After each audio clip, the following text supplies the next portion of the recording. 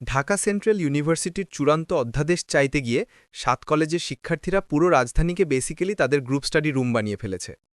আজও তারা ঘোষণা দিয়েছে, অধ্যাদেশ না আসা পর্যন্ত রাস্তা আমাদের, বাকি সবাই বাসায় বসে অনলাইন ক্লাস করো।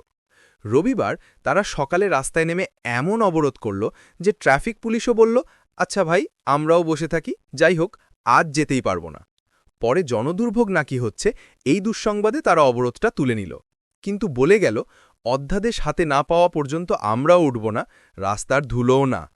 রাতে তারা শিক্ষা ভবনের সামনে বসে রীতিমতো নাইট শিফট ধরে আন্দোলন চালালো।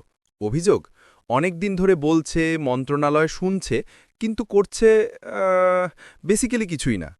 এতে ১.৫ লক্ষ শিক্ষার্থী পরিচয় নষ্ট মোবাইল সিমের মতো ঝুলে আছে, কোন নেটওয়ার্কে থাকবে ঠিক করতে পারছে না।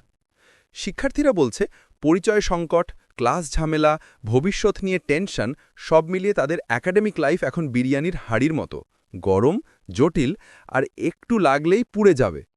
মন্ত্রণালয় খসড়া আইন প্রকাশ করেছে ঠিকই, কিন্তু চূড়ান্ত অধ্যাদেশের কাজ নাকি এতটাই আটকে আছে যে মনে হয় কেউ সাবমিট বাটনে চাপ দিতে ভুলে গেছে।